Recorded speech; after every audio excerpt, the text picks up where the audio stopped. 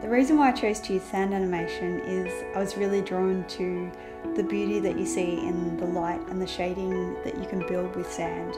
You're directly working with the medium, so you have your hands in the sand, using paintbrushes, using your actual fingers to move the sand around. I love the qualities that you get with the light coming through the sand that creates this wonderful density of tone and like a false perception of shadows and depth within the imagery.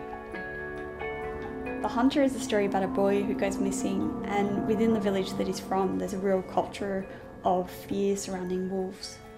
This boy is essentially an outcast and he finds some kind of acceptance within a pack of wolves. The hunter sees this and he mistakes it for a threat and shoots one of the wolves dead. I think for many of us there's a certain obsession with trying to control things within our lives, and technology helps us harness that.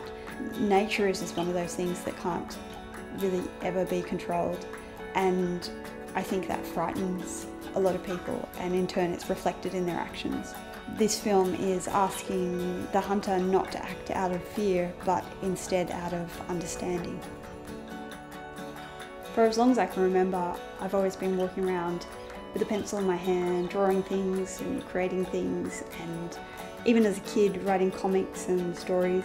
I started experimenting with animation in more of a visual art sense, scratching on film, painting on film, a little bit like Len Lye's early films.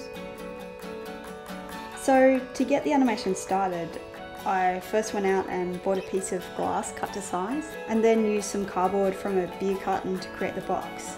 I got some sand from the beach, a few brushes and some ceramic tools to kind of push bits of sand around. I was very fortunate to be able to use a beautiful old 35mm Oxbury camera. It's about 50 years old and it's an incredible piece of equipment. It was a bit of a shock realising how long everything would actually take. The first shot took me 5 days when I'd estimated that it would actually only take me about half a day. I then had a horrible sinking feeling of terror looking over my storyboards with hundreds of pictures and really feeling like the project was so much bigger than me.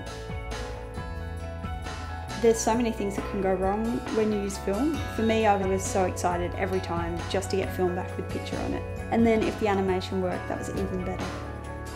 The whole thing's been a really amazing process and one I'd like to do again and again.